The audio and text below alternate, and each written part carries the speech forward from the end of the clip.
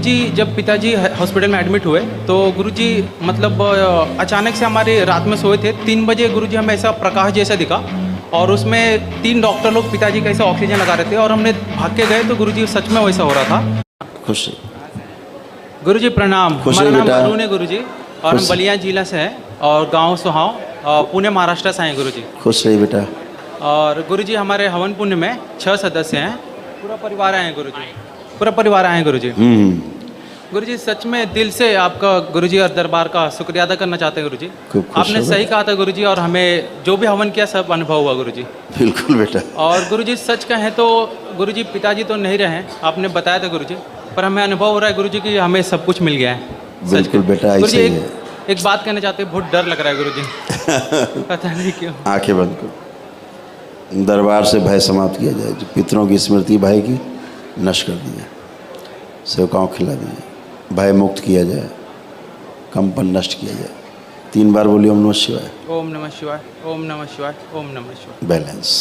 आँख खोल लीजिए, बंधन कर लीजिए 3। ओम नमः शिवाय, ओम नमः शिवाय, ओम नमः शिवाय। अब तो नहीं लग रहा भय? नहीं सर। खुश रहिए गुरुजी। यहाँ पे अब तो सब ठीक हो गया गुरुजी।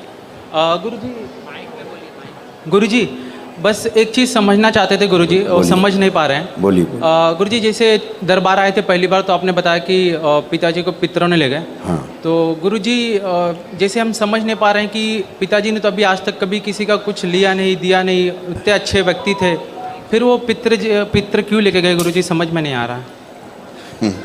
बेटा लंबी कथा है गुरुजी, सच में लंबी कथा है ना। वीडियो हमारे देखा करो, उसमें सब है जी गुरुजी। जो जैसे होता है हमने सब बोला हुआ है बहुत जगह। अब इसके लिए समय आज नहीं है, इतना ही समझ लो कि जो जिस कष्ट में, जिस मानसिक स्थिति में जिस व्यक्ति की मृत्यु होती है वो उसकी आखिरी इच्छा समझो होती है, और वो आखिरी इच्छा उसकी जन्म का आधार बनती है। वो आखिरी इच्छा हमेशा आगे रहती है। अगर कष्टों में रहा है तो कष्ट, दुखी रहा है तो दुख, रोगी रहा है तो रोग, वो स्मृति हमेशा आगे रहेगी। और जब उस पितृ की स्मृति आप में आएगी आप बिल्कुल डिट्टो वैसे ही हो जाओगे धीरे धीरे। समझ गए गुरुजी। ठीक। और फिर वैसे रोग बनेंगे, वैसे कष्ट बनेंगे। पितृ चाहे न चाहे ये एक प्राकृतिक प्रक्रिया है जी गुरुजी, और आदमी की मृत्यु हो जाती है जी। और एक गुरुजी बस बताना चाहते हैं, वो समझ जाएंगे तो हम समझ जाएंगे गुरुजी। गुरुजी जब पिताजी हॉस्पिटल में एडमिट हुए तो गुरुजी मतलब अचानक से हमारे रात में सोए थे 3 बजे गुरुजी हमें ऐसा प्रकाश जैसा दिखा और उसमें 3 डॉक्टर लोग पिताजी का ऐसे ऑक्सीजन लगा रहे थे और हमने भाग के गए तो गुरुजी सच में वैसा हो रहा था। और गुरुजी जिस दिन पिताजी का मतलब ये हुआ तो बादल गरजे और बहुत बारिश हुआ, गर्मी का सीज़न था गुरुजी। और उसी पता नहीं उस दिन पहली बार हमें ऐसा हुआ गुरुजी, हमने कहा कि बहुत लोग हैं मैं नहीं बचा पाऊँगा। और गुरुजी जब पिताजी को ये करके आए संस्कार, घर पे आए तो छोटी बहन है उनके ऊपर जान का हमला हुआ। तो गुरुजी हमारे मुख से निकला कि 3 अड़हुल का फूल और 3 अगरबत्ती चढ़ा दो, और 5 अगरबत्ती का 5 अड़हुल फूल चढ़ा दो, ठीक हो जाएगी। छोटे भाई ने 5 अगरबत्ती फूल चढ़ाया, वो ठीक हुई। और उसी समय मम्मी जी ने कहा कि पूछा कि जो हमारी पत्नी है उनके पेट में क्या है बता दो, तो 2.5 महीने का था। तो हमने यहाँ मुँह से निकला कि बबुआ है, क्या पूछ रहे बबुआ है। तो आज वो लड़का है गुरुजी, वो वहाँ पे वो लड़का है गुरुजी।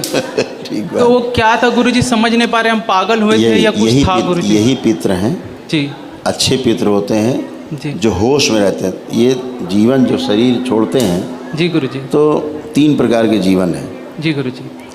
एक जीवन वो है जो बेहोशी में है, कोमा में मरे लोग हैं। ओके गुरुजी। कोमा में थे, मर गए, वो कोमा में रहते हैं। उन्हें नहीं पता कहाँ थे, कौन थे, क्या है, कुछ नहीं पता। जी गुरुजी। ठीक है। ऐसे ही बच्चे जब कभी जन्म लेते हैं तो उनका बोल बंद रहता, नहीं बोल पाते हैं। जब अच्छा गुरुजी, माँ बाप कहते हैं बोल नहीं पा रहा है, ये कोमा में मरे हुए लोग हैं, भयंकर कोमा में।